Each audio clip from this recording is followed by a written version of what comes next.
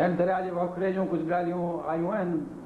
पंहिंजो ॻाल्हियुनि बंदि पर हाणे महिरबानी करे तव्हां थोरो तफ़सील सां ॿुधायो त इहो तव्हां जेका तहक़ीक़ कई आहे दरिया जे वखरे जे दरिया सिंध दरिया जेको आहे सो वीचार ॻाल्हियूं वाक़ई सम्झण लाइक़ आहिनि। दरिया उभरंदे खां उलहंदे उलहंदे खां उभरंदे यानी अंग्रेज़ी लफ़्ज़ इस्तेमालु कजे जीअं ऑसिलेशन थींदो आहे न, इट हैज़ बीन ऑसिलेटिंग ऐं का लैटरल शिफ्ट कान्हे का पर पोइ पार्ट्स में ई पर पोइ ईअं आहे वञी वरी उभरंदो दंग करे उभरंदे मां थी उभरंदो दंग करे ॾाढो ॾुखियो आहे को तारीख़ी दौर मुकुर कजे हिकिड़ा अंदाज़ा यानी हिकिड़ा जाम नज़रिया क़ाइमु करे सघनि था। पहिरियों सम्झण में सवलाई थींदी दरिया जे रुखनि खेरनि खे जेकर असां हिन तरीक़े सां इन ॻाल्हि खे बयानु कयूं त मजबूई तौर सां त दरिया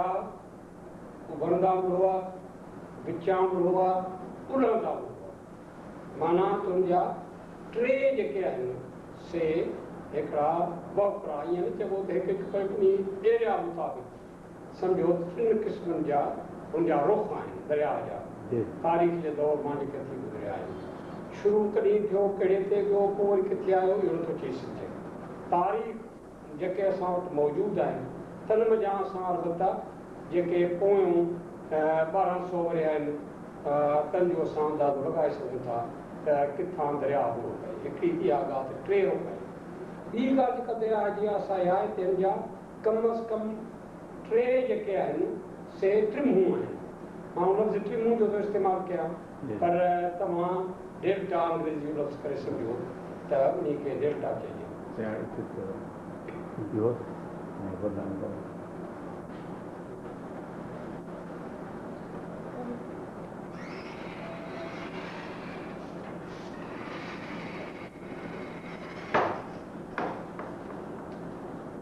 ॻाल्हि पंहिंजी डेल्टा चइबो छा जी दरिया जे बारे में जी जी असां ज़िक्र करे रहियासीं त पहिरीं ॻाल्हि इहा आहे त जेके ईअं जाम नज़रिया जन जेको असांखे पहिरीं सोचूं पोइ असांखे सम्झण में सवलाई थी। पहिरीं ॻाल्हि दरिया जा हमेशह टे रुख रहिया आहिनि सिंध में ॾखिण ॾांहुं ईंदे हिकिड़ो उभरंदे तरफ़ वारो हिकिड़ो विचे तरफ़ वारो हिकिड़ो उलहंदे तरफ़ वारो हिकिड़ो इहा ॻाल्हि आहे जेका सम्झ में रखणु घुरिजे ख़्याल में रखणु घुरिजे। ॿी ॻाल्हि आहे त हीअ दरिया तंहिंजा टे डेल्टा आहिनि। डेल्टा ऐं उनखे सिंधी में टिमूं बहितर थींदो त टिमूं हुनजा टिमूं माने जितां शाखूं शुरू थियनि टिमूं त चइबो हुते जिते टे शाखूं टे दरिया टे कड़िया थी गॾजनि पर असां जाम वॾे माना में था इस्तेमालु कयूं जितां हू शाखूं करे। हिकिड़ो आहे उत्तरियों टिमूं नॉर्दर्न डेल्टा, ॿियो आहे विचों टिमूं मिडल डेल्टा, टियों आहे लोअर डेल्टा या लाड़ी टिमूं। उत्तर वारो जेको टिमूं आहे तंहिंजी हद तव्हां सम्झो त सखर खां वठी वेंदे मथे सम्झो त यानी 5 लध ताईं करे सम्झो त 5 लध खां कुझु करे हेठि करियूं 5 लध खां हेठि करियूं 5 लध न 5 लध खां हेठि चइबो घणो पर इन में छा आहे त इन टिमूं वटां हिते हमेशह दरिया जी शाख कई आहे। हिकिड़ी विची शाख हूंदी रही आहे हिकिड़ी रही आहे उलहंदी शाख। क़दीम ज़माने में उलहंदी शाख अहिड़ी बि हुई जेका सखर जे परियां किथां सॼे पासे उत्तरे पासे निकिरंदी हुई ऐं कंधकोट शिकारपुर सम्झो त इन्हनि पासनि खां फिरी पोइ लाड़काणे तरफ़ ईंदी हुई। पोइ वेझे दौर में उहा शाख अॻी त ख़तमु थी पोइ वरी बि सखर वटां सम्झो ॿियो वाह जेके फाट थींदा चऊं पिया उलहंदे नारे जी सूरत में उहो क़ाइमु रहे। उभरंदे तरफ़ उभरंदो नारो उभरंदे नारे जे बारे में हक़ीक़त हीअ आहे त उभरंदे नारे में पाणी रुॻो दरिया जेको आहे तमामु कोन थिया आहियो पर पैरेलली यानी उभरंदे पासे खां वेंदे रही ॿियार खां मथे मथे पोइ हाणे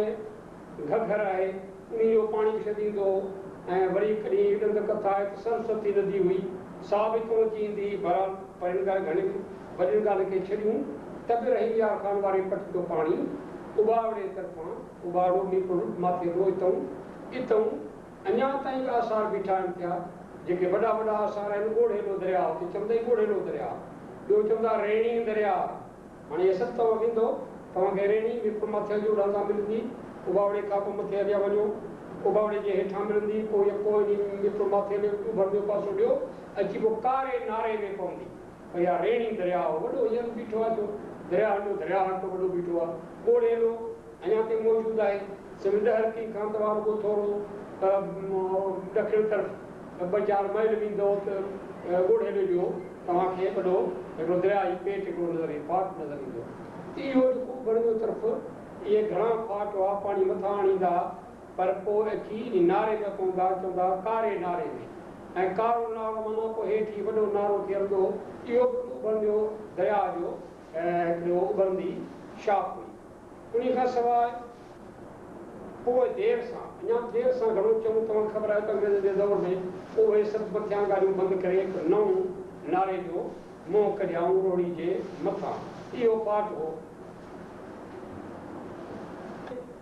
वरी बराज जॾहिं निकितो आहे त वरी साॻी सूरत वञी बीठी आहे परियां खीर तरवा आहे जेको मथां उॾंदे तरफ़ ओरियां वरी नारो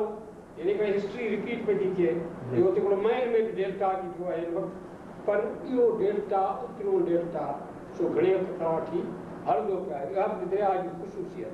हाणे अचूं मिडल डेल्टा ते मिडल डेल्टा अंदाज़न नवाब शाह खां वठी हैदराबाद ताईं इन सम्झो सेक्टर में इहो हिकिड़ो मिडल डेल्टा आहे माना इतों दरिया शाखूं पिया करियूं आहिनि टिनूं पियो थियो आहे मुंहिंजे ख़्याल में पहिरियों जा जेको असांखे तारीख़ी तौरु मिले थो सो पहिरियों टिनूं हो अंदाज़न सकरनि जे नवाब शाह जे विच ते दलेर देरो हींअर आहे हितां बस्ती आहे हिकिड़ी पर इहो आस पास हितां इन जाइ वटां अची दरिया थींदो हो शाख वरी ॿ शाखूं हिकिड़ी शाख मेन जेका हुई ॿ शाखूं सेंडियूं ॾखिण उभरंदे तरफ़ ऐं हिकिड़ी सणी शाख जेका सिधी हूंदी ॾखिण तरफ़ जेको दरिया जो मेन रुख जेको ख़ासि रुख जेको हो सो कम अज़ कम असांखे मालूम थिए थो त 7वीं-8वीं सदी ईस्वी में 9वीं सदी में 10वीं सदी में 11वीं 12वीं ताईं इहो ई दरिया जो हो जेको नवाब शाह वारी टिमूं खां ॾखिण उभर तरफ़ हलंदो हो जंहिं ते मंसूर आबाद थियो जंहिं ते सम्झो के काहू जा दड़ा या बि अॻु में हुआ इहो सॼो जेको पाणी हो सो इहो विचो जेको आहे टिमूं सो आणींदो पोइ हेठि अची उहो पुराण थींदो यानी मीपुर खां हेठि अचूं पोइ सिधो अची पुराण इहो जेको पुराण दरिया सो नारे सां पैरेलल हलंदो हो ॾखिण पर नारे खां पोइ मेन जेको वॉल्यूम ऑफ वाटर जेको इंडस जो सो हितां लॻंदो हो त ऐं होॾो जेको उड़न जी जेका शाख हुई सा तमामु नंढी अंदाज़न 13वीं सदी धारे 12वीं सदी ईस्वी चइजे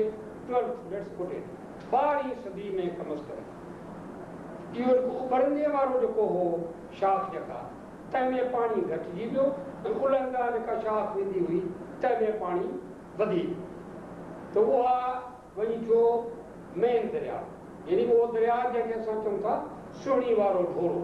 इहो सकरनि जे परियां जा आसार बीठा आहिनि पिया वरी शहजादपुर जे भरिसां जा आसार बीठा आहिनि पिया शिवचंद्र आदम ऐं दलोर जे विच ते तव्हां वेंदो शह बेगमरी जो ॻोठु आहे हितां सॼो जेको बीठो आहे जो ढोरो बीठो आहे इहो ढोरो आहे साॻियो अची पोइ नसरपुर वटां पोइ अॻिते हलंदो इहो जो सुहिणी वारो ढोरो इहा थी विचो जेको आहे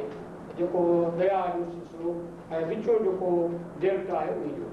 पोइ अञा पोइ तारीख़ी दौर में पोइ हैदराबाद मथे जी टिनूं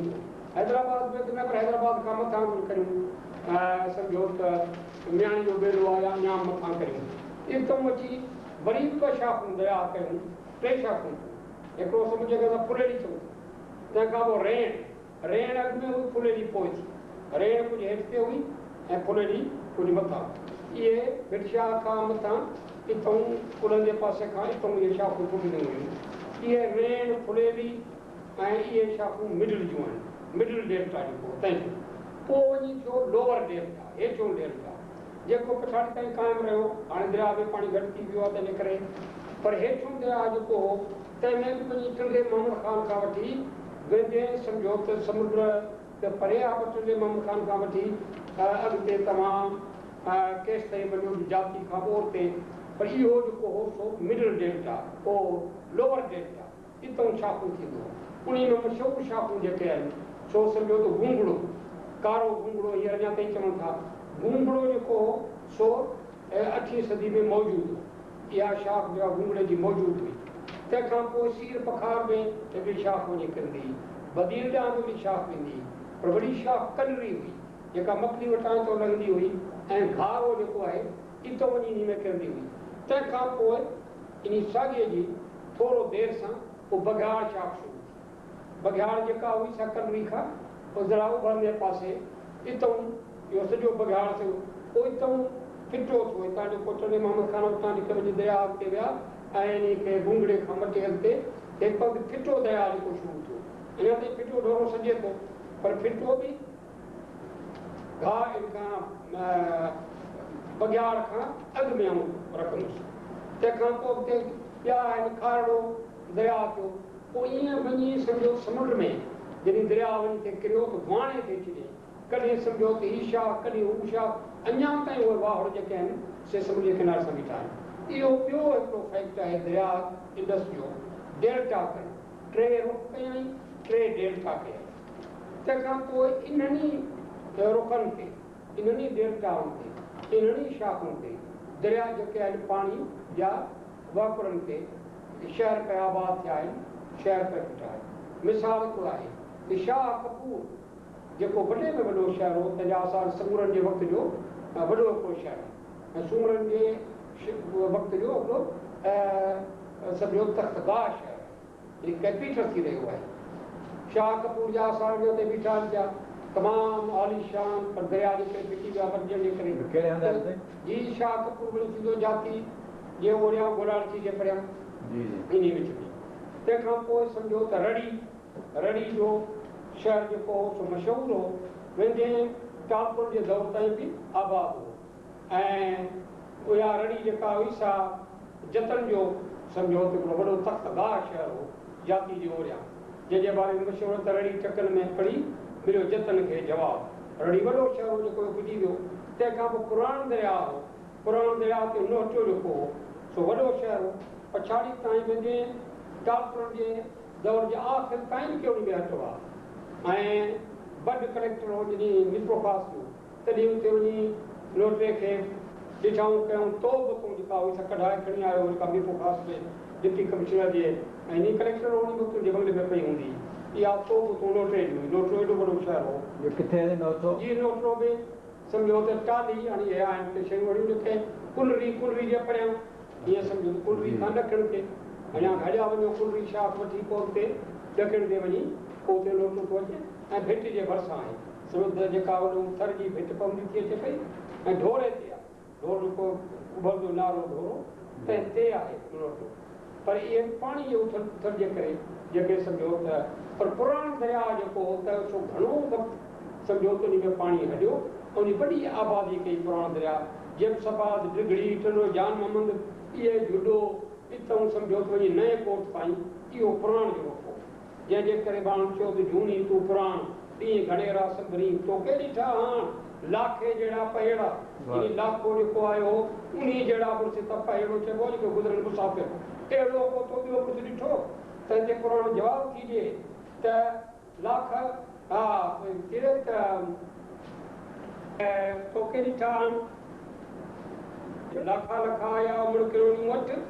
पर हेम हेड़ा उहो हिकिड़ो सो मोटी न आयो मूं वटि हेम हेड़ा माना सोन जो सौदागर हेम चइबो आहे सोन खे चवणो उहो सौदागर अहिड़ो जो तेरी मंज़िल कई पुराण जी कंदी थिए पोइ पुराण खे सम्झो त ॾाज ॾिनाई देज ॾिनाई यानी पुराण में जेके कंडा वण किरड़ जेके बीठा त सोना हार विधायूं पोइ विधायूं न विधायूं पर ॻाल्हियूं इहे मशहूरु आहिनि जेके हलनि थियूं ऐं इहा आमरी हुई जेका टंडे जान में बीठल हुई आमरी जो वण यानी गिदामरी जो वण उहो एॾो थोरो एॾो वॾो हुयो जो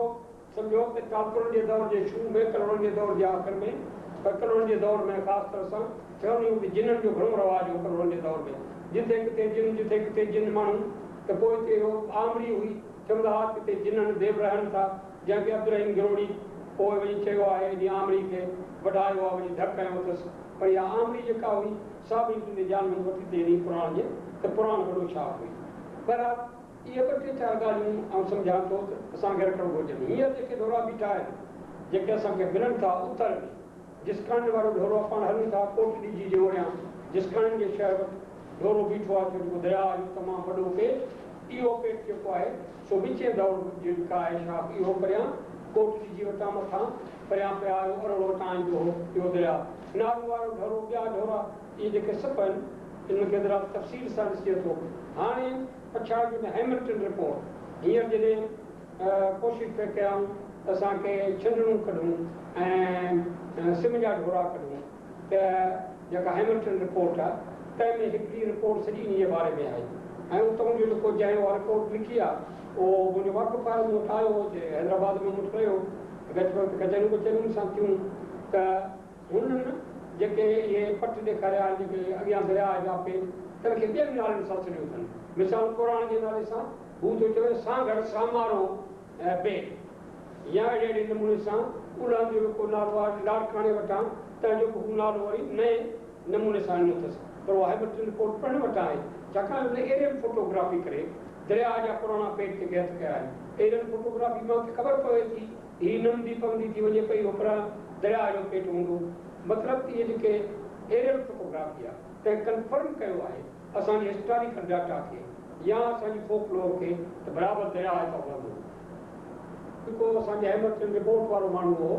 सो हिते आयो पोइ मूंसां तफ़सीली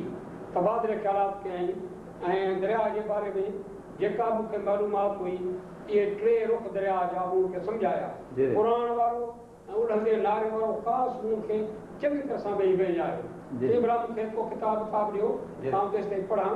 ऐं उहो किताबु जेको आहे सो मूंखे ॾिनो उहो हेग्स इंडस डेल्टा कंट्री किताब जो नालो आहे इंडस डेल्टा कंट्री ऐं मेजर जनरल हेग लिखियो हो ऐं मेजर जनरल हेग जेको सुठो सर्वेयर हो तंहिं बहितरीनु आउं सम्झां थो कि इंडस जे कम अज़ कम लोवर जेको हेठियों डेल्टा आहे उन जे बारे में जेतिरो हेग जो किताबु तफ़सीली आहे ओतिरो ॿियो कोन्हे को निहार सुहिणे नमूने सां हुन सर्वे करे लिखियो हा त मूं चयोमांसि तो हेग जो किताबु ॾिठो आहे कि मूं वटि हेग जो किताबु कोन्हे को उन्हनि जेका मूं ॻाल्हि तोसां कई आहे उहो कुझु तोखे तस्दीक इन हेग जे किताब मां थींदी सो हुन वीचारे पढ़ी वरी मूंखे मोटाए ॾिनो ऐं उहो मूं वटि पियो त मुंहिंजे कुतुबखाने में वरी हैमिल्टन जी रिपोर्ट छपी वरी हुन जेकी लिखियो आहे इंडस डेल्टा कंट्री यानी जेके वापरनि ते लिखियो अथसि सो उहो असां पढ़ियो ऐं हुनजो नालो बि आहे वरी मूंखे ॾिसां वाक़ई तूं हिकु दफ़े वरी मूंखे रेफरेंस कयो त हेग जो किताबु ॾिठो त उहो जेको साॻियो माण्हू जेको हैमिल्टन जो जेको इम्प्लॉय कयो उनजो नालो लिखियो पियो सभु कुझु वरी महिरबानी तव्हां हीअ किताबु ॾिनो आहे मूंखे ऐं इहो बराबरि इहा ॻाल्हि आहे साईं तव्हांजा मज़मून ॿाहिरिनि रिसालनि में इंसाइक्लोपीडियाज़ वग़ैरह में जेके छपिया आहिनि इंसाइक्लोपीडिया ब्रिटनिका में जेके छपिया आहिनि उनजे मुतलिक़ कुझु असांखे ॿुधाइनि या ॿार बि मज़मून जेके आहिनि से छपिया आहिनि कुझु कोन्हे ऐं मुंहिंजे ख़्याल में जेकर आउं कुझु यादि अचे थो मूंखे पवे थो त पहिरियों इंटरनेशनल यूनिवर्सिटीज़ का ऑर्गेनाइज़ेशन हुई जेका पेरिस ते हुनजो हेडक्वार्टर सो उतां इहो अमेरिका खां मोटण खां पोइ 50-51 वियासीं त हुननि मूंखे चयो त हितां जी जेका हायर एजुकेशन आहे ऐं यूनिवर्सिटियूं जेके आहिनि उन जे बारे में तव्हां असांखे मुख़्तसर लिखी ॾियो उहो मुख़्तसर जेको मक़ालो ॾिनो सो उन्हनि जी कानून जो जेको उनजी जर्नल हो तंहिंखे छपियो जेका यूरोपियन अमेरिकन जी गॾियल यूनिवर्सिटीज़ उन में छपियो ऐं सम्झां थो पहिरियों हुननि जो जेको ॿार छपियो तंहिंखां पोइ ऑस्ट्रेलिया जो प्रोफेसर नालो मूंखे हुतां जो विसरी वियो आहे पर उहो मूंखे मिलियो हो मनीला में यूनेस्को जे सेमिनार में मूंखे चई त असां साउथ ईस्ट एशिया जेको आहे तंहिं ते हिकिड़ो एजुकेशन जे बारे में किताबु लिखो इहो तमामु सुठी ॻाल्हि थींदी ऐं चईंदो तावन हा तावन थींदो मुंहिंजो तावन एतिरो थींदो त आऊं कम अज़ कम तव्हांखे पाकिस्तान जे बारे में छा थियो आहे एजुकेशन लिखी मोकिलींदुसि हिंदुस्तान जे बारे में आर्टिकल हूंदी सां एडिट करे सघां थो ऐं ॿियो वरी पोइ उतां जा जेके उन मीटिंग में आयल हुआ तनख़्वाह सां वाधा वरिता बहरहाल पोइ एजुकेशन साउथ ईस्ट एशिया हुन एडिट कयो जेको सिडनी मां छपियो किताबु तंहिंमें चैप्टर जो पाकिस्तान खे आहे सो मुंहिंजो आहे ऐं कंहिं हद ताईं इंडिया वारी में मूंखे सलाह मशवरा ॾिना इहो को किताबु आहे बाक़ाइदे तमामु वॾो जंहिंमें इहो चैप्टर जेको सो छपियो आहे उन खां पोइ मूंखे वरी इहो अजीब ॻाल्हि थी इनसाइक्लोपीडिया ऑफ इस्लाम जेको छपिजे पियो ऐं अॻियो एडिशन ख़तमु थियो आहे नओं एडिशन थो छपिजे तंहिंमें मूंखे लिखी मोकिलियो तव्हां गंगावा बलूचिस्तान में मशहूरु तारीख़ी शहर आहे जंहिंजो अरबी में नालो आहे कंदाबीर ते तव्हां असांखे यानी ऐसे आर्टिकल लिखी ॾियो उहो बि मूंखे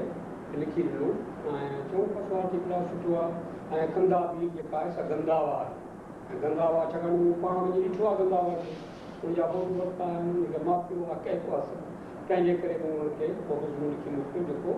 इनसाइक्लोपीडिया ऑफ इस्लाम में उहो छपियो आहे के कंदाबी लिखण ते पोइ पाक सां गॾु कोशिशि सां त हिन के जे हेठि कंदाबी करे छॾियो उन खां पोइ शायदि मुतासिर थी छा इनसाइक्लोपीडिया इस्लाम वारनि शिकागो मां मूंखे ख़त लिखियो त तव्हां असांजा रेगुलर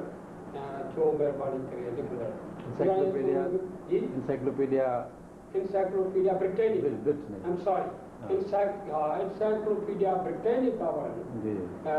उतां शिकागो में हुनजी मेन हेडक्वार्टर्स उतां लिखी मोकिलियऊं तव्हां जेके बि असांखे सब कॉन्टिनेंट में या ॿियूं तव्हां असांजा रेगुलर जेका थियो कॉन्ट्रीब्यूटर हो मूं मदद कई जाऊं तमामु मशहूरु माण्हू आहियां पर तंहिं हूंदे तव्हांजी जेका फ़िलहालु ज़रूरत जेका हुजे तव्हां उन जे आर्टिकल लिखां हुन चयो भला तव्हां घटि में घटि 2 आर्टिकल लिखो हिकिड़ो सिंध ते ऐं ॿियो बलोचिस्तान पोइ पहिरीं मूं सिंध ते आर्टिकल लिखियो ऐं उहो मोकिलियुमि पोइ हुनखे वरी बलोचिस्तान ते आर्टिकल लिखियुमि इहे लेटेस्ट एडिशन जेको इंसाइक्लोपीडिया ब्रिटेनिका जो आहे तंहिंखे बलोचिस्तान ते थोरो सिंध ते इहे आर्टिकल मुंहिंजा लिखियल आहिनि मूं चयो उन में अञा ताईं तरमीम कान कई अथनि जेके उहो ई टेक्स्ट आहे उहो ई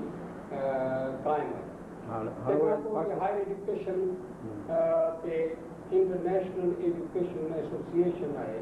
जंहिंजो हेडक्वार्टर अमेरिका में आहे ऐं न्यूयॉर्क में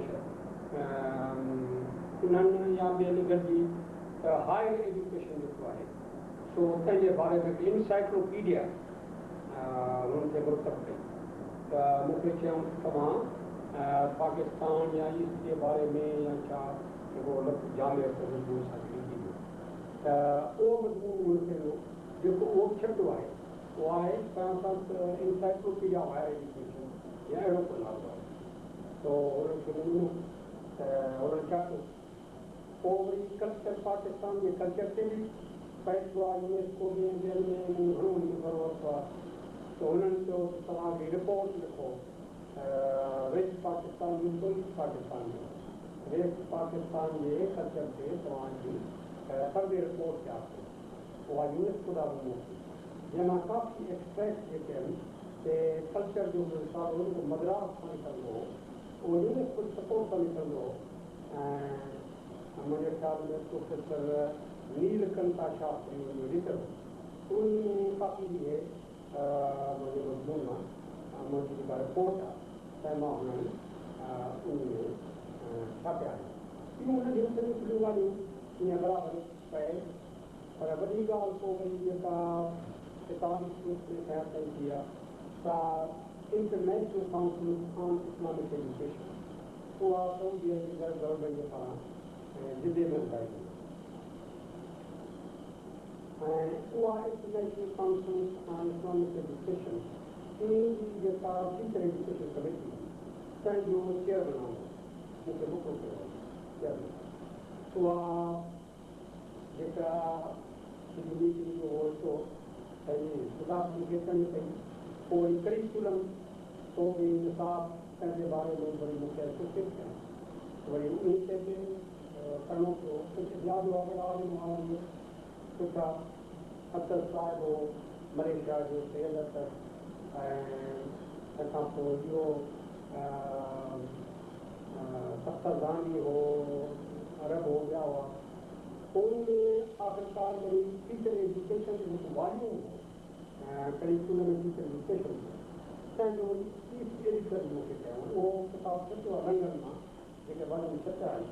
उन्हनि जो एडिटर जेको एडिटर आहियां इंट्रोडक्शन लिखियो आहे चीफ इंट्रोडक्शन आहे ऐं इहो किताबु सुठो आहे इहो हिकिड़ो किताबु जेको आहे सो रंगनि मां सचो आहे ऐं उन खां पोइ सुभाणे लिखियो आहे इन तरीक़े सां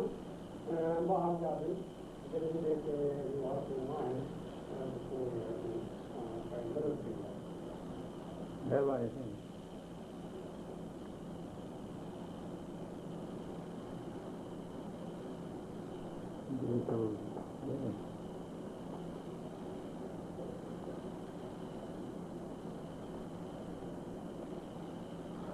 हाणे पंहिंजो सैर सफ़र जी कुझु ॻाल्हि करियूं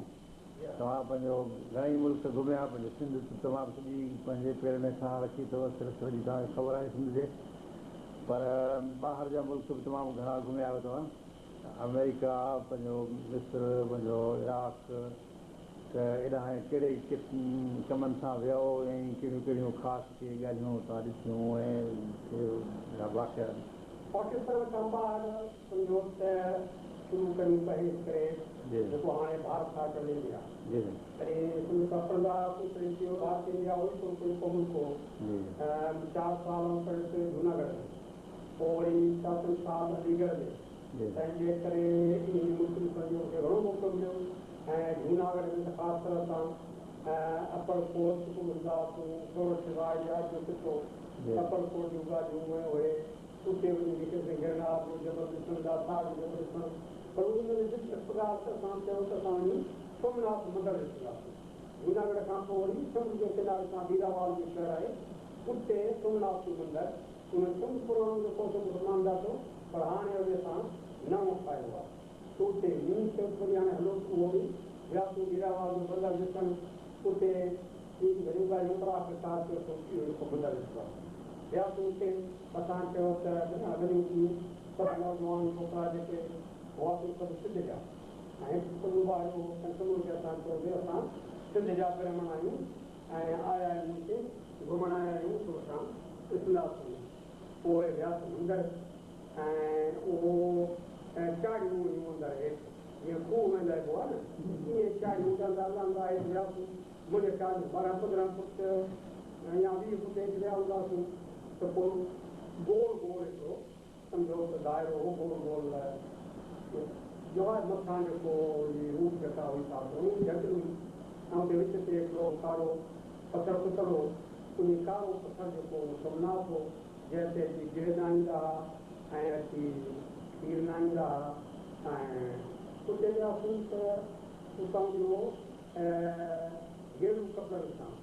ऐं मथो गेरू कपिड़े सां हिकिड़ी उन ते वरी कपिड़ो वरी मुल्क बदिली ऐं मथां वरी कुड़नि ते उहो आहे ऐं असां सोची असांजो आहे ऐं असां वरी हुन अची असां सां अंग्रेजी नज़र आणीं उन खां अॻु में पोइ असांजे साथियुनि मां मुंहिंजे कई जे वातां इहा ॻाल्हि निकिरी वई की स्टोन पर कॾहिं ॿियूं हुन ॿुधी वरिती पोइ हुनजो अंग्रेजी ॻाल्हाई असां सां हाणे असां करे वेठा आहियूं अलाए छा थींदो त असां मोकिलायो लीडर हरकतूं वञण करणु ॾिसणु कयूं पोइ हाणे हलो थींदी वई हिन करे मोकिलायो बसि आहिस्ते आहिस्ते बि ॿाहिरि निकिरी हद खां निकितासीं मुंहिंजो पोइ हाणे असां छोकिरा अहिड़ो ज़ोर सां भॻासीं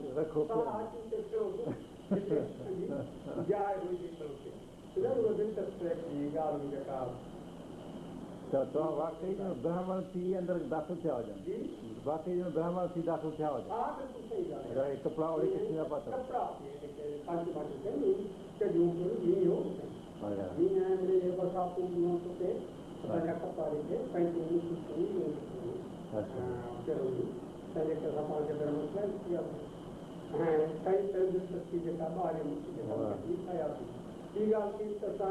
अलीगढ़ में पढ़ंदा हुआसीं बिलास में ओड़े उते वरी 4 जेके सिंध जा शागिर्द ॿिया ते वियाऊं पाण सां टे वठी उते हलनि तो उते वियासीं त असांखे ख़्यालु थियो त असां जेको गंगा आहे असांजो सुबुह जेको ॿेड़ी में कई पोइ परे खां बिलास ॾिसी मशहूरु ॻाल्हि आहे त शाम में वधि सुबुह बनारस त उते वियासीं ऐं उते वियासीं असां लॻंदो त भर्ती गुलाम मोहम्मद गुज़ारे वियो तो उते हलियासीं त मूंखे चयो गंगा में चढ़ मुंहिंजो वरी छॾ भती उतां जो घाट हो जंहिं सां असांखे चढ़णो हो उहो आहे जगन्नाथ टेम्पल आहे मंदरु आहे वॾो शाही मंदरु जगन्नाथ जो उतां उहो जेको घाट आहे उते वियासीं असां ॿेड़ियूं में सूखी ॾियारी मोकिली उते असांजे लाइ ॿ ॿेड़ियूं निकिरियूं जगन्नाथ जो पर अंग्रेज़नि जो वक़्तु हो त कंहिंखां झल कान हुई ऐं सभु माण्हू प्रभा भट्टी साहिब चयो गुलाम उतां चढ़ तो वञी चयाईं हिकिड़ो हिकिड़ो ई ब्राह्मण पुटु आयो चढ़ण ॿियो त वेठो ऐं उन खे चयाईं तव्हां हिकिड़ो ब्राह्मण आहियां ऐं गंगा में सनानु कयूं ऐं उन खां पोतड़ो मूंखे तव्हां ॿ ॾींहं अहिड़ा पोतड़ो ॾींहुं भेड़ियो अंदरि तो वञी अंदरां भई सुबुह जो हाणे था ॾियूं ऐं सुबुह जो थी हुजे ख़बर न पए हाणे वरी बराबरि निकिरी आयो तो तव्हां शेरवानी पाताई शेरवानी वेरवानी पाए तंहिंखां पोइ मूंखे थो चवे त हाणे मूंखे फजर जी नमाज़ पढ़ंदे असांखे ॿुधाईंदे ॿियनि खे बि ऐं मूंखे नमाज़ पढ़ी लॻी पई आहे पर हीउ सम्झो जेतिरो पोतर मकान आहे मकाम आहे जगन्नाथ जो टेम्पल आहे मंदरु आहे हिते फ़क़ति उहे माण्हू ईंदा जेके प्रार्थना लाइ पूॼा लाइ हिंदू माण्हू ईंदा पंहिंजा सरज़मीन जी ख़ुदा जी आहे ऐं हीअ ख़ुदा ज़मीन आहे उनखे पढ़णी आहे और असांखे पश्चिम में वेठासीं हिन वठी वॾे दरबार 5 मिंट अची करे कई हिंदुअ जी गॾिया चालियारो माण्हू मुंहिंजे ख़्याल में सुबुह जो ईंदा गंगा ते 30-40 माण्हू आया हिन पाण खे पूरी कई पोइ शेरवानी लाइ विछाए ऐं नवाज़ ॾिनी वरी सॼे माण्हू ठही 5 मिंट पोइ सभु कमु करे ऐं अची निकितो पर ॾिठो भले हिन माण्हू जो पंहिंजो पको इरादो ऐं ॿियो त अजाई जी ॻाल्हि थियनि पर बराबरि नमाज़ पढ़ी पढ़ियनि भाङ ॾिननि कंहिं चयो को ख़ैर सां ॾिठो वॾी अजायबात ॻाल्हि भले इहो बि जेको मूंखे ॻाल्हि ॾिसंदी कान का बनारस वारी आगरे मां सम्झो त आगरो आहे इलाहाबाद रामपुर ऐं मुरादाबाद इहे मुल्क तुंहिंजा जेके हुआ पोइ वरी कलकतो कया इहे मुल्क सभु ॾिठासीं ऐं जूनागढ़ में वियासीं त वरी राजस्थान अजमेर वग़ैरह बांदी हुई देवी इहे सभु मुल्क घुमियासीं पर अजायबात मां मूंखे ॿुधायो इहे पर ॿाहिरि जो जेको सिलसिलो तो पए त शागिर्द जे करे स्कॉलरशिप मिली ऐं असां अमेरिका में 3 साल रहियासीं ऐं उते पोइ हाणे रहियासीं त जेको बि घुमण जा मौक़ा हूंदा त असांजो हुते बस सर्विस तमामु बहितरीनु आहे पोइ स्पेशल माण्हू घणो हुई सघे थो तव्हां कैनेडा में ग्रे हाउंड बस कैनेडा पोइ ॿुधा हुआ गाॾी जो हूंदा मैं जेके पंहिंजो टोरंटो ऐं ॿिया जेके शहर हुआ पंहिंजा मॉन्ट्रियल इहे सभु ॾिसण जो मौक़ो मिलियो ऐं अमेरिका जो पोइ हुते फ्री छुट्टी घुरिजे त माण्हू सफ़र करे थो त पंहिंजो हुते कुझु आकाने का सभु लिखियो पियो आहे उन खे ॾिस लाइ हलंदा वञूं पर उन वक़्तु असांखे केतिरी सम्झो अकुड़ अची वियो अमेरिका में न्यूयॉर्क शहर में रहंदासीं न्यूयॉर्क हिकिड़ो वॾो शहर अमेरिका जो करे घटि हिकिड़ो हॉट तंहिंमें जो रहियासीं त असांखे एॾी हिकिड़ी सम्झो कारीगरी अची वई एॾी स्टाफ अची वई जो अमेरिका न्यूयॉर्क खां ॿाहिरि निकिरूं त असांखे अची कान पई घुरे कंहिं ॻाल्हि ते वञणु पंहिंजा वठणु करणु सम्झो वरी जेके लॉकर सेंटर में पंहिंजी शइ रखणु चढ़णु करणु वॾो तजुर्बो थियो अमेरिका जी सिलसिले में तंहिंखां पोइ अमेरिका खां मोटियासीं त मूं चयो आऊं इंग्लैंड जो ॾिसूं कारण अंग्रेज़नि असांखे हुकूमत कई आहे इन जो त असांखे वॾो भूत हिकिड़ो वेठल हो त कैम्ब्रिज ऑक्सफोर्ड ही हू अंग्रेज़ त जेके उते तां घणो ॾींदी मूं चयो मूंखे अंग्रेज़नि जी सिस्टम ऑफ एजुकेशन ॾिसणी आहे हीअ अमेरिकी सिस्टम अंग्रेजी सिस्टम आहे, तंहिंजे करे उनखे पंहिंजे एजुकेशन ऑफिसर खे चयो मोटण वक़्त मूंखे 1 महीनो तव्हां लंडन में ॾियो, छाकाणि तमामु ज़रूरियातूं पंहिंजे एजुकेशन सिस्टम खां वाक़ुफ़ थी वियूं। ईअं ॻाल्हि मां सभई कान कई हुन ॻाल्हि पोइ लंडन में आऊं टी में 1 महीनो मूं ॿुधायो, लंडन खां वठी पंहिंजे स्कॉटलैंड ताईं, लंडन डेरी ताईं ऐं एडिनबरो ताईं उहो जेको मूं घुरिजो पियो था मूंखे मज़ूर कोन थो अचे ऐं चवां कुझु भले हिन माण्हू केतिरा पोइ पियल आहिनि, हिन जो त गाॾियूं पूरे वक़्त ते केरु थो हलनि, हिनजी टेलीफोन लॻे कान का भई रस्ते में वञो, विच रस्ते में वञी ॾींहं में टुटी पोइ टेलीफोन करे हुते आहे भई कागज़ ड्रग स्टोर में हर वक़्तु टेलीफोन जिते किथे मौजूदु हुई। पोइ वरी उहो सॼो जेको लंडन जेको कारो ऐं हिकिड़ो बूंदा हो चढ़ण वारो ऐं चढ़ण लड़ाई पूरी थी हुई, असां उहा वञा पिया पर यहाँ असां कोन लड़ाई कया बड़ा जेको मुल्क घुमियोसीं पर मूं चयो त हीउ अंग्रेज जो मुल्क आहे थोरी जल्दी उहो त कोई कोन लॻे। उन खां पोइ वरी यूनेस्को जे सिलसिले में मूंखे उतां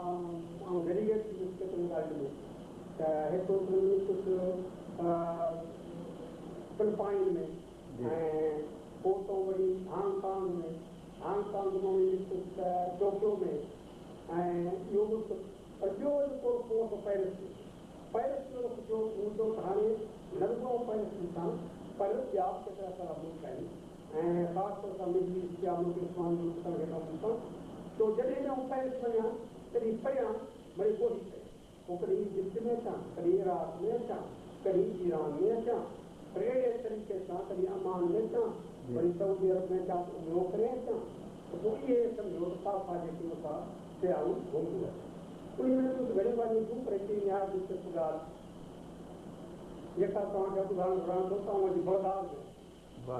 मूं वटि पैसो हुजे तमामु थोरो मतिलबु हुजे ई कोन कंहिंखे थोरा पैसा हुजनि। हाणे आउं चवां त बगदाद में शहर ॾिसां सही ऐं पर इहे मुल्कूं जेके आहिनि जेको हुते हलनि जोड़ मुझ करे था कनि उन्हनि ॿोली मूंखे सम्झ न अचे कान थी पोइ वरी कंहिंखां पुछनि कनि बगदाद पघारी जेके तव्हां मतिलबु हिकिड़ो सां हद बादशाह पीर जो जेको आहे जेका दरगाह आहे शेख अब्दुल क़ादिर जीलानी ऐं जो वॾो सारो असरु हुन वरी इस्लाम जी दीनी तबलीग कई हिकिड़ो हुओ ऐं हिकिड़ो शेख शहाबुद्दीन सोहरवर्दी उमर सोहरवर्दी जेको सोहरवर्दी तरीक़े जो बानी आहे उन जो दरगाह तो उन वक़्तु पोइ वक़्तु थो पर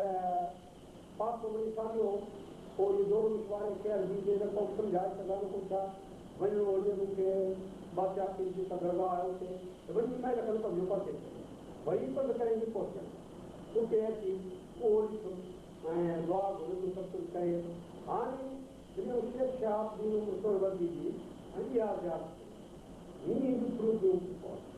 आख़िरकार वञी उते वरी वञूं त कुझु गॾिजे परे खां करेंसी आहे हाणे परे खां कुझु में अचे थी थोरा वक़्त में हलियुसि त विची विची नीरी विची थी सफ़ा नीरी विची जो वञी उते पहुतो उते उहो गुज़ारो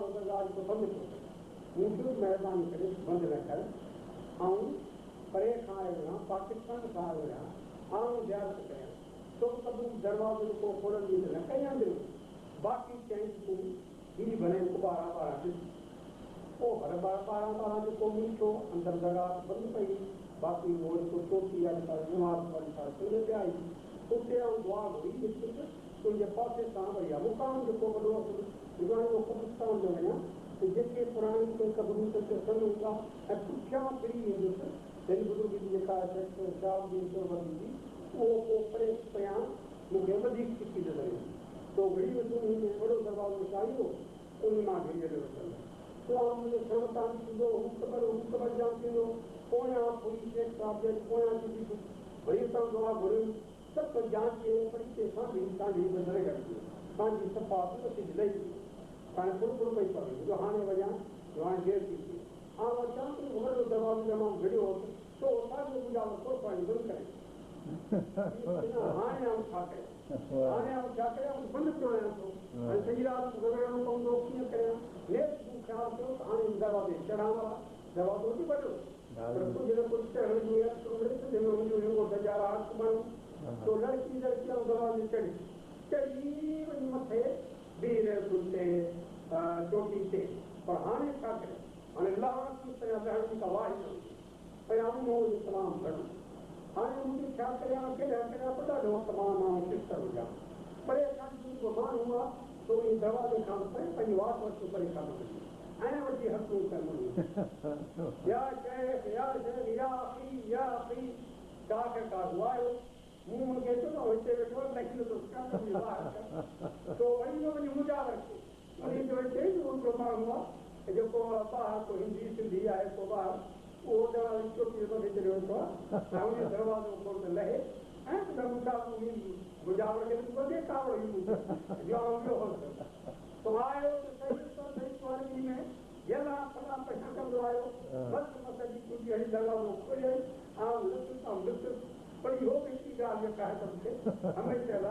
यादि पवंदी वरी आयासीं हिते त पाकिस्तान में बांग्लादेश में या पाकिस्तान जो तमामु जॾहिं वरी ढाका में वञा त कुझु न कुझु वरी बांग्लादेश ॾिसण जी मूंखे तमन्ना थिए त हीअ ॾिसां हू ॾिसां हीअ ॾिसां ऐं पोइ पहिरीं जेको मूंखे तजुर्बो थियो त मुंहिंजो सिलत हाणे मूंखे इहा ख़बर कान्हे सिलत जेको आहे परे आहे ख़ैर हिकु तमामु ख़बर पई परे आहे पर इहा ख़बर पई सिलत जेको आहे थधो आहे तव्हां ढाका में बि जीअं गर्मी साईं पोइ मूंखे उहा कपिड़ा सना थियनि ऐं मूं वटि का शइ हुजे बि न घड़ी ऐं पहिरीं थो वियां गाॾी में पर उन सिलत जे भरिसां जलालपुर जमालपुर हिकिड़ी हिकु जाइ उते मुंहिंजा खे वाक़ुफ़ हुआ अमेरिका जो मुंहिंजा उन्हनि गाॾी में सिर कयो गाॾी में या हुजे थधि बसि एॾी थधि जो सुकड़ी बसि उहा थधि लॻी आहे सिलट जोड़िया मूंखे यादि पापड़ चटका हुजा सिर में कंदा कयूं ऐं हिकु दफ़े आयुसि त खुद तूं उते पढ़ंदो आहीं तो तूं पढ़ंदो आहीं पोइ मुंहिंजी बि आदत हूंदी त हल बसि हीअ शइ ॾिसूं हीअ शइ ॾिसूं हीअ शइ ॾिसूं ऐं तूं हिन वक़्तु वरी जो पढ़ंदो आहीं तमामु ज़हीन माण्हू ऐं बंगाली ॿोली मां बि वाक़ुफ़ थी वियो अहिड़ो जो की कोतो सभु पैदा करे वठे कर पोइ की कोतो तूं यकदमि तूं यकदमि चवनि था ऐं आख़िरकार तूं तोखे चयो त हलंदा तूं महिनत हा कोमिला हूंदा हाणे असां कोमिला हलूं त पोइ वरी छा कई त का गाॾी आहे उहा वेंदी आहे उतां मां बसूं वेंदियूं आहिनि उते 6000 चऊं न का बस न का छा वरी चऊं त गाॾी वेंदी आहे भले पोइ उहा त उधार यादि हुई कीअं वठी भॼूं ऐं वरी हलूं नारायण सिंह में हलियासीं पंहिंजे नारायण सिंह हलियासीं पहिरीं नारायण सिंह पहिरीं हा पोइ उतां ई गाॾी पई वञे पार्क रिक्शा में रिक्शा में हाणे गाॾी खणी पहुचाए वञे फाटक ते पंहिंजी रिक्शा बीहो आहे गाॾी लंघे त वरी फाटक खुले वरी पाण हलूं त अॻियां वरी फाटक वरी गाॾी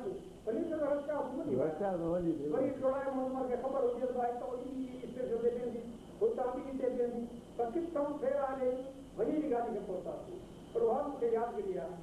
कीअं कोमिला वियासीं कोमिला में अख्तर हमीद ख़ान अख्तर हमीद ख़ान खे मूंखे मिलणो जेको कोमिला में उते हुन हिकिड़ो कारखानो क़ाइमु कयो निपा हो पंहिंजो नेशनल उनजो हेॾो ऐं थोरे तरीक़े सां उहो कोमिला पर महमूद सिंह कोई तो वरी निकिरंदो जॻह छा जोहोर पोइ वरी साईं कीअं पाण बि मूंखे ख़्यालु वियासीं केरु हो ॿियो मिसां जो तूं खुलना ऐं 4 किलो बोट में चढ़ूं 4 किलो बोट 4 किलो उहा आया बुढ़ी गंगा मां थी पोइ हली पोइ पाणी जा जेके समुंड आहे उन मां झागे बड़ी साल मां थी तो उते खुलना पोइ इहे सभु जेके ॾिठासीं ईरान में ख़ासि तरह सां मूंखे शौक़ु थियो अथऊं ॾिसां शीराज़ ॾिसां इस्फहान पोइ हेॾा ॾुखियूं ॻाल्हियूं कबो कहिड़े तरीक़े सां कीअं पहुचजे कंहिं दोस्त जी मार्फत पर बहरहाल वञी पहुतुसि मां इस्फहान में पोइ उते हिकिड़ा ईरानी नौजवान हुआ ते मूंखे मिलिया उची सुठी मूं फारसी सां ॻाल्हाई पोइ वरी उनजी मरफ़त वरी मूंखे घुमाइण वठी हलिया पोइ घुमाइण वरी वणंदो हो मंझंदि जी मानी ॻोल्हे ठाराई वरी तव्हांजी शिराज़ मुंहिंजो हाफ़िज़ खे ॾिसूं शादी खे ॾिसूं वरी शादी जे हेठां जेका जाइ हुते मक़बरो उनजे हेठां अंदरां हिकिड़ी अंडरग्राउंड कारे ॾही वञी हिते चार्ज ते मच्छियूं पियूं हलनि न हेॾो विशेषता बि घणो हूंदो मछलियुनि खे ॾिसणो हूंदो हिते त हुन हाफ़िज़ साहिब जो रुकनाबाद जो ज़िक्र कयो आहे पंहिंजे में बि किनारे आब रुकनाबाद गुलगश्तो मुसल्लारा त न जन्नत लॻाई आहे जन्नत में तोखे मिलंदा छोजो रुकनाबाद जेको आहे जंहिंजो आब नदी जंहिंजो ज़िक्र कयो उहा ज़रूरु मूं सां केरु गॾु हुजे केतिरो छा कंदो वक़्तु पाणी मुंहिंजो न मूंखे ज़रूरु थींदो आहे त आख़िरकार मूं सां गॾिजी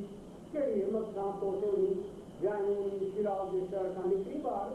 पोइ उहा पाणी जी नंढड़ी अॻिते हिकिड़ी जॻह ख़बर थींदी आहे उन में पाणी खणंदो आहे पर उहो पाणी वठी जॻह हू चवंदा आब रुकनाबाद रुकनाबाद जी नदी पाणी जेको अॼु जेतिरो मथो थी गुजरा इहे न हर किथां बि निकिरे पई जेको रस्तो वठी पोइ विया आहियूं इहो जेको रस्तो वञे थो परते जेको आसार आहिनि उते वञिणो पासरगाद जिते कुरोश कबीर जी ख़बर आहे हा उते पोइ रुकनाबाद जो रस्ते रुकनाबाद आहे इहो पहुतासीं उते ऐं वाकई पर हिकिड़ी ॻाल्हि मुंहिंजी आहे त जब आहे उते लिखी छॾियो अथनि हीउ जेको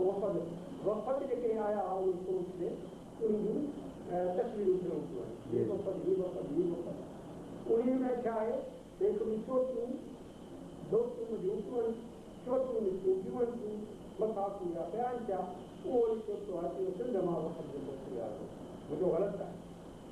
मूं उन खे ग़लति कयो मुंहिंजो यार इंडिया मां हिकु इंडिया आहे चङनि चोटियूं बि थियूं अथनि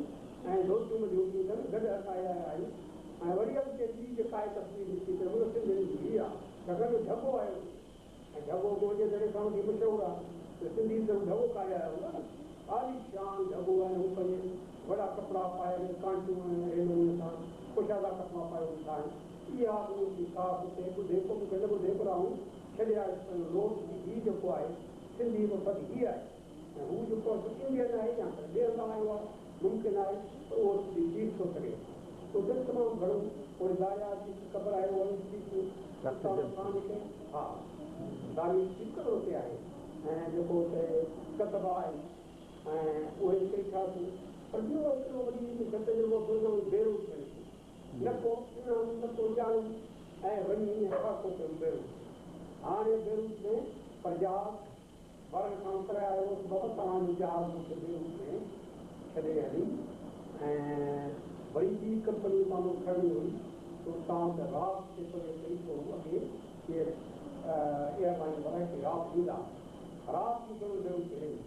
पोइ मुंहिंजो जेको ॾींहुं सुभाणे को ॾींहुं जेको आहे सो आउं ॾिसां पोइ वरी तव्हां वरी बेरूत खे घुमी वरी ॾिसुसि हिकिड़ो वॾो शहर आहे उते वॾो वॾो पुराणा आभार आहिनि तमामु वॾा तो वरी उन्हनि ॾिठो हा बिल्कुलु चाहे उते पसो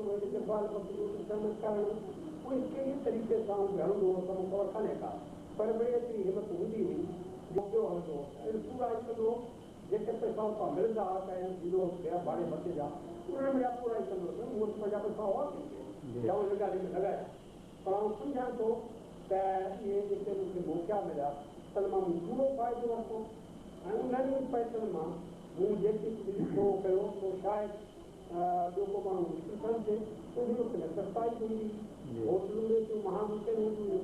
ऐं मूंखे यादि मिली आहे 15 दिन पहिरीं असां विया आहियूं त होटल जेका अहमदनगर में होटल हुई लंडन यूनिवर्सिटी भरणी उन जी मसवाड़ राति जो 4 पाउंड ऐं आम लंडन में जॾहिं 26 शिलिंग ॾींदो उन होटल छा उन में 7 क़िस्म जा माण्हू जेके हुआ अकेला रहंदा 26 पेनी छा पाउंड में रहंदो हुओ 20 शिलिंग पाउंड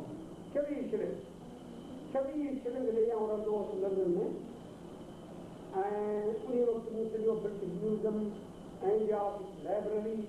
ऐं सभु जेको लंडन थिया ॾिठो कोई 24 सिंगल रात जो सुम्हणु पवंदो हुते डबल रोटी मूं खाइणु सघंदो आहे डबल रोटी हुजे ॾींहं जो डबल रोटी ऐं वठो धवणे जी मिले थो योगर्ट उनजे पासे रात जो डबल रोटी ऐं खीर जो बि पासे बसि तव्हांजी मानी थी वई इन में या त थोरे में तव्हां मानी खाओ ऐं पिया हलो ऐं पंहिंजो राति जो 20-26 सिंगल में होटल में राति जो सुम्ही पहुतो सुम्हण जे बजाय मिले थी ईअं बि मूं लंडन में ऐं बयां थो सच वक़्तु गुज़ारियो इन तरीक़े सां त इहे हिकु सफ़र में के पोइ तकलीफ़ूं उठाइणियूं पवनि सिंध में बि घुमियासीं पोइ नवाब मुंहिंजी खान पर गुज़ारियो ताज मूं सां ख़ासि डॉक्टर मोहम्मद इस्माइल नून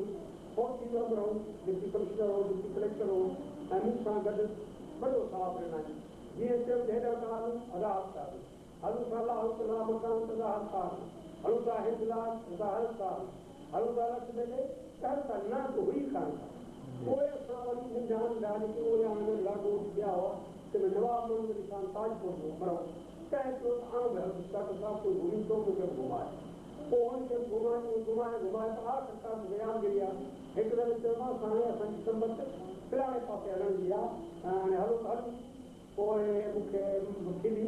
ऐं मूंखे साहिबु हाणे ॻाल्हि आहे त आउं घुमण जो थोरो शौक़ीन आहियां हलां पर हाणे जेके सफ़र जूं निजातूं आहिनि से आउं सही नथो कयां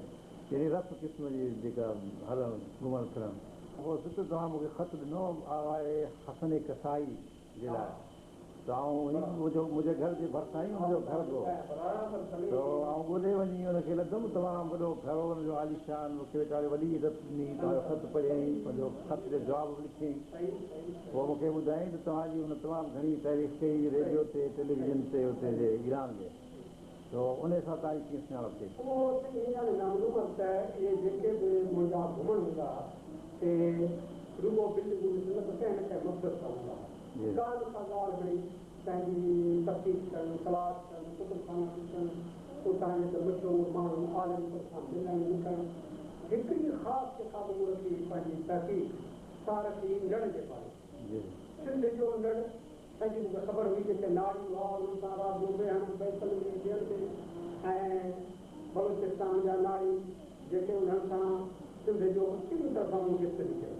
पोइ मूंखे ख़बर पई त नड़ हिकिड़ो त तुर्की में जो ईरान में तो मूं वटि वठो ऐं तुर्की में ऐं ईरान में नड़ जी तहक़ीक़ कई उन में पहिरीं वॾी ॻाल्हि जेका सां मूं शुरू कई तुर्क ऐं उहो मौलाना रूमी जो जेको सालियानो जलसो थिए थो तंहिं में नड़ बि अचे थी ऐं नड़ जी ॻाल्हि मौलाना रूमी पाण कई आहे बिजन नए तूं हिकायत बि कोन जुदाई आहे शिकायत बि कोन तो पोइ ॾिसो उन में त वरी हाणे नड़ जो जेको बरकत पुछा त सम्बो अञा ताईं बरकत आहे ॿियो कोन आहे तो मौलाना ते वञी पहुतुसि उते जेके नड़ रखिया जेके म्यूज़ियम में रखी विया त नड़ ख़बर घणी थियरी जी कान पई पवे त नड़ छा आहे कीअं पर जेके लिखियो पियो नड़ जा फोटो आख़िरकार जो इस्तंबुल में तो तव्हांखे नड़ जी ख़बर वधीक मिले हाणे इस्तंबुल में बि छा कयां थो मथां घुमंदो पुछाई कंदो त नए सम्झनि पिया पोइ आख़िरकार मूंखे चऊं त नए जे बारे में नड़ जे बारे में तव्हांखे बहितरीनु जेको हींअर आहे माण्हू ख़बर ॾींदो सॼी छो आहे जहांगीरी मस्जिद जेका आहे पंहिंजो पेशमान उहो नड़ जो आहे पोइ चऊं जहांगीरी मस्जिद जो पोइ साझीदारे ऐं उतां चऊं भले उहो पेशमान साहिब जेको आहे सो अॼु ॿार वियल आहे 2 ॾींहंनि खां पोइ ईंदो पर उहो पुटु वेठो मुंहिंजो त हाणे ख़ासि जेको तकलीफ़ वठी आयो आहियां इन जे वास्ते त नड़ जी का मुलाक़ात पोइ हुन मूंखे ॿुधायो के ॻाल्हि नड़ जूं हुन ॿुधाई ऐं चई त हाणे आउं नड़ खणी थो अचां ऐं कुझु तव्हांखे हुन गुफ़्ता ते बि ॿुधायां थो नड़ जा हुन के ॻाल्हियूं मूंखे नड़ जूं चङियूं ख़ासि ॿुधाई पर ॿुधो न अञा को नड़ जो माहिर हुजे उन सां आउं मिलां पोइ चयूं ऐं डॉक्टर मन याकूब जेको बोल आहे इहो पढ़ंदो हो तो उन खे चयो मूंखे तूं वठी हल फैकल्टी जेका इस्तंबुल यूनिवर्सिटी जी फैकल्टी उन वठी हल ऐं उतां जेको जी फैकल्टी आहे रिलीजन यूनिवर्सिटी छाकाणि के नड़ पंहिंजी स्टडी इस्लामिया हाई स्कूल में बाक़ाइदे हिकिड़ी करिकुलम तौरु कई वञे थी उहो आहे बि कोन्हे पोइ उतां जो हिकिड़ो हो लेक्चर तमामु वॾो लाइक़ु माण्हू हो त खां मूं पुछियो ॿुधा त नड़ जो माहिर हींअर केरु आहे के नड़ जो जेको माहिर आहे सो फिरंदो आहे तव्हांजी नालो ॿुधायो ऐं उहो जेको आहे उहो रहे थो एशिया वारे पासे कोई से संतरे आप बोट में चढ़ी हुई जावे पासे पहुंचा वही आखिरकार होने वाले को मानो वही तरह पहुंचा पहुंचा जीवन वक्त भगवती हो कोई जवनी कचहरी थी बड़ी कचहरी ॿुधाई पर को नड़ बजाए वो बजाए नड़ जो को हिकिड़ो 4 कलाक उहा कचहरी असांखे हली आहे ऐं पोइ उहे आहे जेको सिधो तजुर्बो थियो की जॾहिं आउं ईरान में आयुसि त मूं पुछांसि त नड़ जी ख़बर किथां पवंदी पोइ आख़िरकार ख़बर पई त नड़ हिते रेडियो ते वॼे थो ऐं हींअर जेको आहे हासिल कसाई पा अलेक्ट्रॉनिक कसा चइबो आहे ज़िलम खे वारी खे खतीर खे का बि ॻाल्हि जेका पिछल हुई जेका उन ज़बान ऐं बर्फ़ सां उहा हुजे हिननि जा वॾा जेके हुआ कथा में वापारु कंदा हुआ त हिते हुनजो नालो कसाई हसन कसाई पोइ सिंगुर में नंढो थी उन खे गुड़ में नंढो थी पर उनखे नड़ जी जवाब न कंदे हुई चुकनि वारी बि हुई कुझु ॿी बि हुई तंहिंजे करे हुन सां तमामु अहिड़े सुठे नमूने सां पेश आयो की हो ॾाढो मूंखे यादगिरी आहे नवे जो टाइम आहे नवे जो टाइम आहे हुननि खे ॾिनो आहे त हुनजे घर ॼायूं ऐं हुते चुल्हे जेका चांडनि वारी भरे पई हू मुंहिंजे पासे सां वेठो आहे असांखे हुनखे विहारे पोइ उते वेही असां कचहरी कई असांखे चांहि पीआरियईं ऐं मानी त ख़ासि करे ईरान जे पटे जी वॾी जे तौरु पर इहो हिकु पटे खे उहे मानी जा ऐं जेको हुते जो कहबो आहे तव्हां ख़बर हूंदी उहो खाओ पीआरे पोइ हुन सां वेही मूं गुफ़्तगू कई कुझु भॻल फारसी में कुझु मूंसां मुंहिंजो माण्हू गॾु हुजे तंहिंजी मार्फत पर हुनखे वीचार थिए थो मूंखे ख़बर आहे पोइ हुनमें मूंखे जेके ॻाल्हियूं असल कसाई ॿुधायूं ऐं जंहिं मां ते मूंखे यादगिरी आहे ऐं जेके हुन ॻाल्हियूं ॿुधायूं हुन थियो त नड़ जेको आहे सो बाक़ी काठी हिकिड़ी आहे उन में आवाज़ आहे पर इंसान जेको आहे सो हुन सां शामिल थो थिए इंसान जी नीतियूं सां शामिल थिए यानी इंसान जा जज़्बात ऐं एहसासात उन काठी सां शामिल था थियनि पिया तॾहिं जी उहा शोर करे बाक़ी चई त आवाज़ जेको आहे सो सत्ता खे आवाज़ आनूं सां बि निकिरी वेंदो हैरान आनूं सां कीअं आवाज़ निकिरंदो ऐं बाक़ी उन शइ आनूं जेका आहे तव्हां हीअं बि वात में छॾे ऐं वॼाई त बिल्कुलु का सीन वारो आवाज़ पाण सां कढूं पिया पोइ अहिड़ो वॼाइनि जो आउं सम्झां हीअ न आहे आवाज़ आनो थिए जॾहिं वॼाई कीअं आवाज़ ते मां निकिरे पर हुन काठी ते हिकिड़ी ख़ासि ॻाल्हि आहे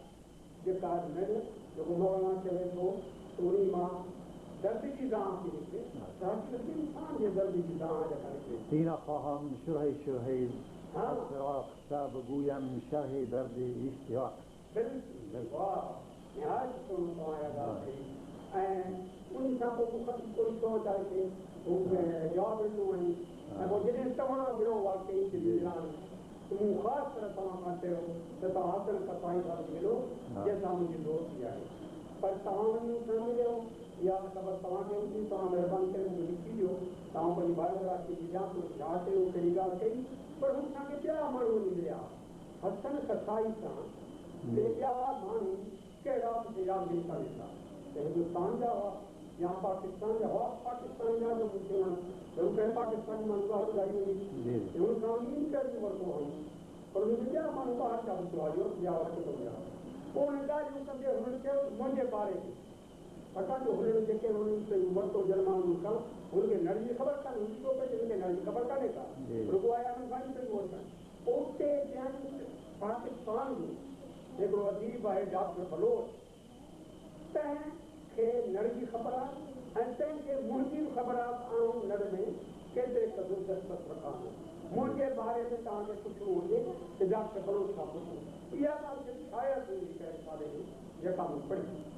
कसाई सां हिते क़दुरु असां सां बि अहिड़ी क़िस्म जी ॻाल्हि थिए की पाण जॾहिं टीवी ते प्रोग्राम को हो न कंदो न हा पोइ उन ते तव्हांजी ॻाल्हि थी जीअं सिंध में जेको माण्हू पाकिस्तान में आहे जेको जी जी हा अञा ताईं शायदि सिंध हुजे उन जा मूं तव्हांखे पंहिंजो मोकिलिया हुआ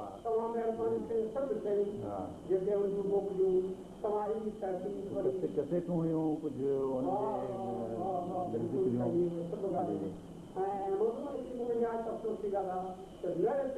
तमामु घणी जेका तहक़ीक़ थियल प्रपोजलिंग सूची में आऊं लड़के में साइंटिफिकली स्टडी कयो उहा साइंटिफिक लेवल जेका छा मूंखे हथु न पिया मुंहिंजा ॿ टे दफ़ा वञा उहा लेवल हथु करियां त पोइ आऊं इन ते लिखां उहा ॻाल्हि रहिजी वई पर हाणे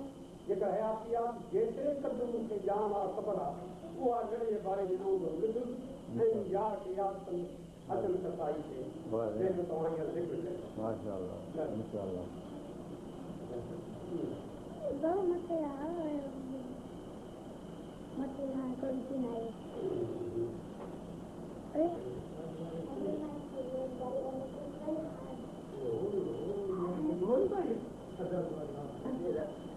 असांखे 7 साल थी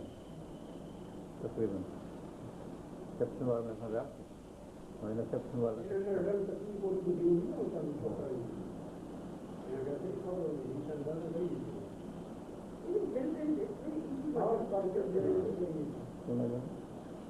हा चिकन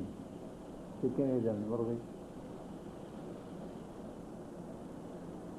ॿियो छा अचे थो मेवा कहिड़ा आहिनि मेवा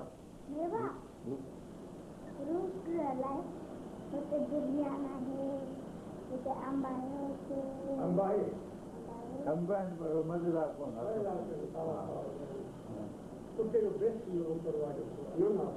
अनानास आहे हुते पपैया ॿियो रंबूतान रंबूत ते ॿारनि हा ॿारनि जा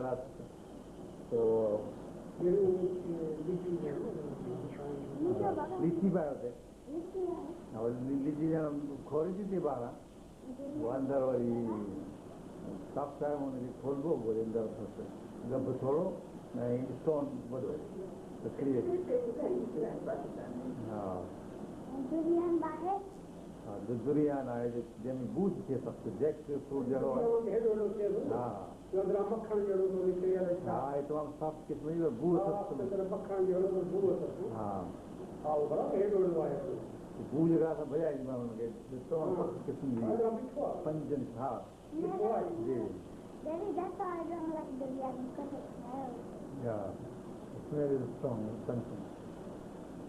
जैक फ्रूट बि अथनि हुते हा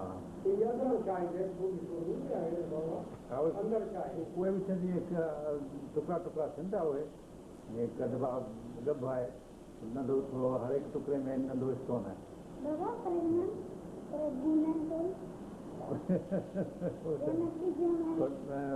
पोमीग्रेनेट अनार अनार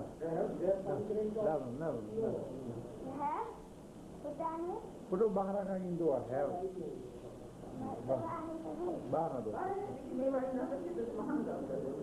सभु महांगा असांजे वठण खां मथे आहे असां वियासीं त $6 हूंदो किलो हिन जो अंगूरनि जो हाणे थी वियो $12 $13 किलो 12 13 12 हाणे 16 खे ज़रब कयो उते जो हा $10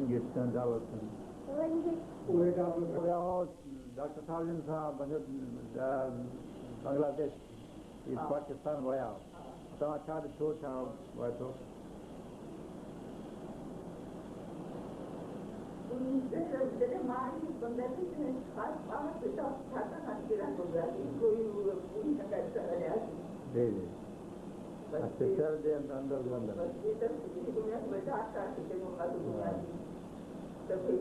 जान साहब ॿुधायो जान साहब जे वटि हूंदा हुआसीं हा गुज़र साल हा बगदाद में बि हो ईस्ट पाकिस्तान में हलंदा जान साहब ईस्ट पाकिस्तान में जेको हिते आयो इस्लामाबाद में असां कचहरियूं हुयूं जी जी जी पोइ वरी हाणे सफलदार जी जी हाँ वो गुज़र साल अगस्त में गुज़ारियो जी जी जी इस्लामाबाद में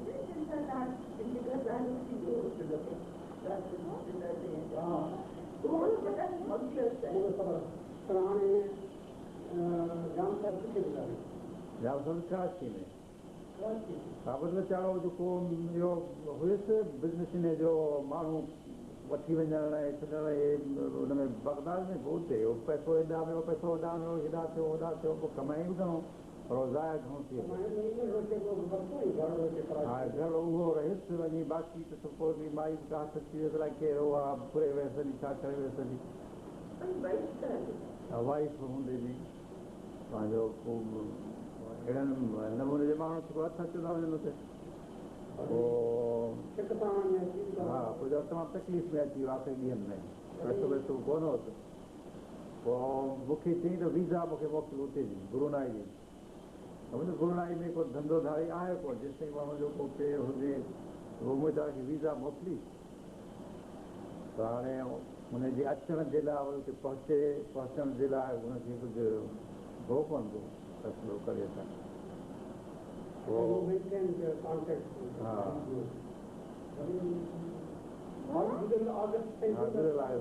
पैरालिसिस थी वई वरितो मुंहिंजो वीज़ा जेको आहे हुनजे लाइ आख़िरी अजल जो पैगाम बि आहे हुनजे ज़हन में छो थी वञा कंहिं नमूने सां त को वञण जो को प्रोग्राम थिएसि कोन पोइ बगदाद में असां हुआसीं न मोसल में जॾहिं त पोइ तालुक ख़त वत कोन थींदो हो मोसल में असां हुआसीं पोइ हिकिड़ो ॿ दफ़ा असां आया जी जी जी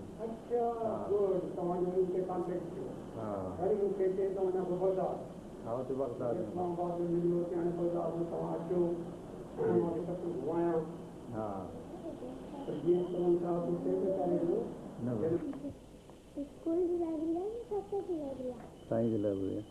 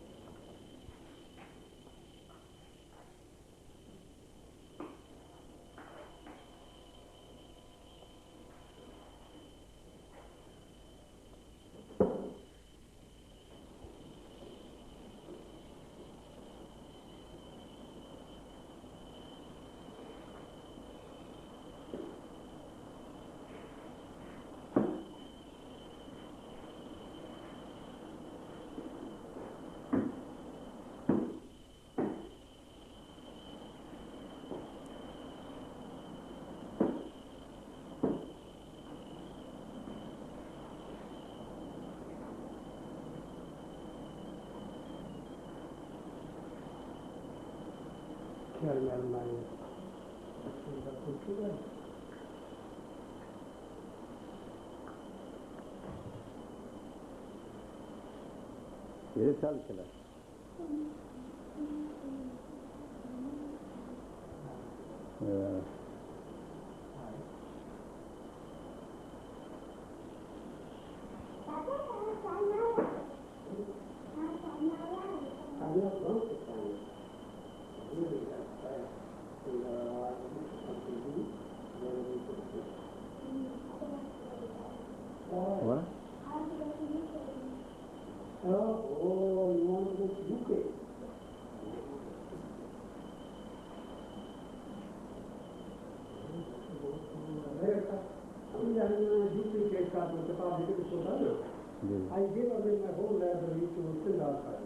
अच्छा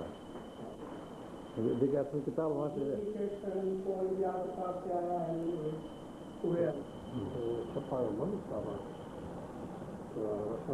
कलाम वरी हुन खां पोइ पंहिंजे writing instruction and trying to clarify where Beruni might have written this book. कंहिंजी किताब है? बेरूनी बेरूनी द बुक किताब जमायत मरफत Jawahir the book most comprehensive knowledge on precious stone. अच्छा इंट्रोडक्शन तव्हांजो आहे? हाँ. I went to Indonesia, so I said I must pay them back for algebra. जी जी. This is the one, the book that created algebra. First में जो है the introduction thing कहाँ लिखा है? This is the way you put these books in the hands of the university men, younger people, so that they get inspired instead of talking about Islam, this.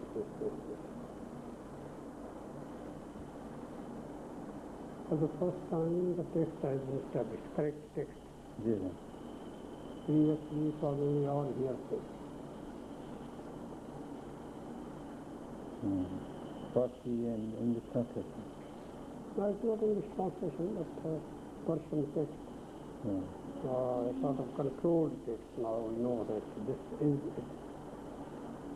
This is my introduction. Kitabul Hiyal. Hiyal. Kitabul Hiyal. The book of ingenious devices. Ingenious mechanism. Mechanics. This means for the first time, the concept of wall in the world was given by this book. Engineering में wall जो concept में चाहिए तो ये बता दो यार. मुस्लिमों ने करा के कैसे? Research work. Done. Experiment. किसमें experiment है? This is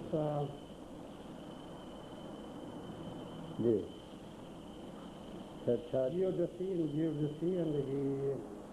calculated the circumference of that. For the first time, he gave a formula for radius. And this experiment was performed in Pakistan, in district Jhelum.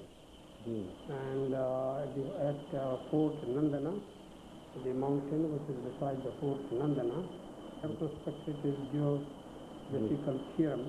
to calculate the circumference of the earth. You can see that theorem described on this very title page, how he might have done it. What is that plant? Well, this plant is very important, and it is known Karari in Hindi, Kannadi, and in Arabic it's called Kandala. For the first time, Abu Hanifa Danwari, in his book Kitab al-Nabat, he has referred to this plant, and he says that dye is extracted from this plant, and leather is dyed with this dye. And he says that all the dyed leather we have to see from Bebu, which comes from Sindh in the market of Baghdad, is due to the red dye that's taken from this plant. So a great scholar was editing this book. He wrote a letter to me that is a reference to Kandala tree which grows on Sindh coast line. Can you find it out for me? So I organized an expedition, and after 1 month we discovered it in the name of Karadi, and Karadi is Kandala, and because the red dye that we expected, that also we saw, and so I brought this and I put it there to be before my eyes. So that is sitting there. How do I What did you say? How It is not It real. says, I can't read it. Give number.